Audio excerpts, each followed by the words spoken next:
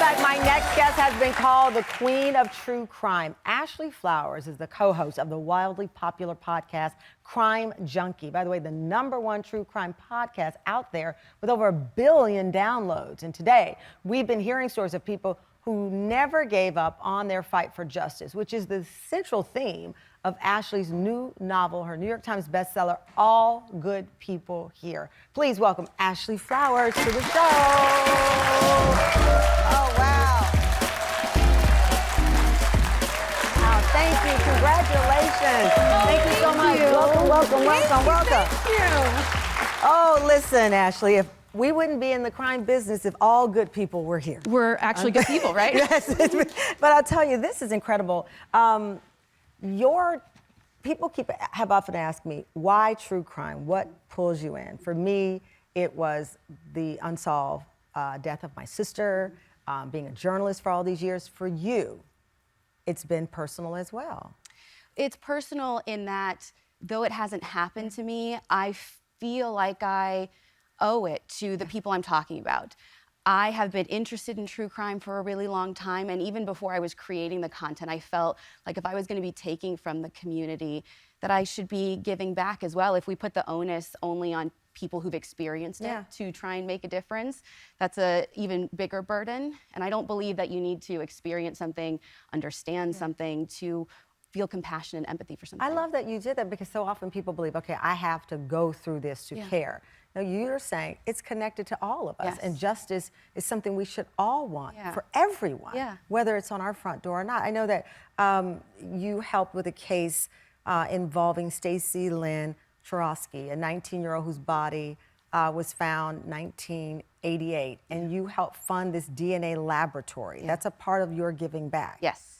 That's exceptional. Thank you. Yeah, we've been able to actually help solve a couple of cold cases. So we were not only able to give Stacy her name back, she was a doe for a very long time, but using DNA, they found out who murdered her as well. And we have a nonprofit that funds DNA testing that's solved 2 additional homicides. We've apprehended a serial rapist. And people will say, why can't the police do that? Why is justice so elusive? But in reality, we know that there are DNA backlogs. There are sexual assault kits that have not been tested. Yes. It's incredible how many cold cases could potentially be solved if people like you can find it, but the police departments are strapped, they say. Strapped, and that's what I kept realizing is when I would go talk to these families, these law enforcement agencies, what I kept hearing is we have all of these untested samples, we just don't have the funds. And so I wanted to make sure we created a way to bridge that gap. Yes, I wish it was a better way and they had the funds to do it, but until there is, I'm not gonna make families wait. You said that one of the cases you're most proud of is Erica Jean Schultz. Yeah, the episode we did. Yeah, 26-year-old Pennsylvania woman who went missing in 2020. Erica's sister, Emily, was a huge fan of Crime Junkie and used the lessons she learned from listening to help track down her killer. She did, yeah. She wrote us this beautiful letter that said, I had to stop listening for a little while because I had to become an investigator. And I took everything I learned from your show. The police weren't really doing anything. She was an adult, though she had a learning disability. And so the information that her sister was able to collect in those early days, surveillance footage that would have gone away, actually helped apprehend her killer, who killed multiple women. And I'm confident Emily, because of what she did, saved other women. I have to know that it's important that we don't encourage people to go out and find justice, not at all. But the reality is sometimes people have used their resources, they've used what they've learned. Their knowledge, and their knowledge to solve these cases. That could not have been on the bucket list. Like, I'm gonna start this show and I'm going to inspire people to fight for justice. No, and that's what I always tell people. There are like these hard tangibles, right? Where it's like, okay, I funded a case that got solved, and that's the kind of stuff that I wanted to do. But there are these intangibles as well, where I never imagined that the lessons we're teaching people every week in our show would go on to help somebody solve their own sister's case. Some people ask me again, why do you do crime? And I said, because it's for the grace of God, there go I. At any point, you can find yourself through no fault of your own. In that situation. Absolutely. Which we tell people all the time, and it's what you hear over and over, and somehow we still don't believe it'll happen to us. We're like, that happens to other people. That doesn't happen here. And I've heard it a zillion times, and it's not until it happens to you that you realize you're not immune.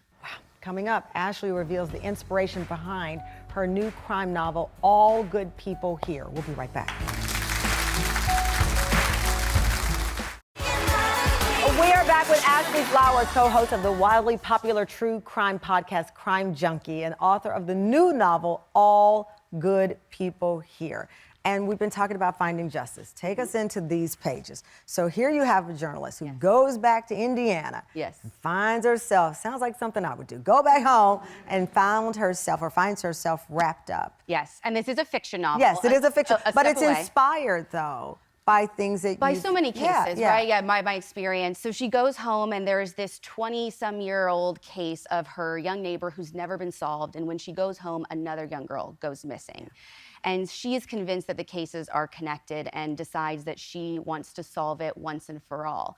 And so many readers, listeners have said they see their own cases that they are obsessed with in this book. And really my challenge to them with the book is to reconsider everything they thought they knew about cases. Because the idea with All Good People Here is there is this veneer. And I think from the outside, we read the Reddit forums, we think we know everything about everyone, and we cast judgments on families and people who've been harmed by these. And you never know what's happening behind closed doors in a family, in an investigation. And that's what I hope to reveal. When you were writing, so I wrote my first novel, As the Wicked Watch. I just finished the second one, and then it's a true crime, and I'm writing certain pages, and I'm like, ooh, they're not ready for this twist. Oh, I mean, it's thrilling to get into these pages because you are visualizing their reaction as they're reading.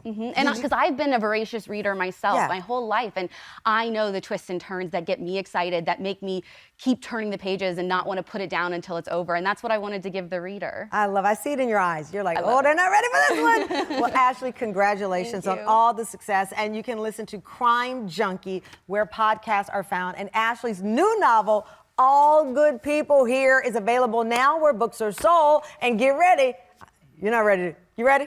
Yeah. All right, y'all are all going home with a copy.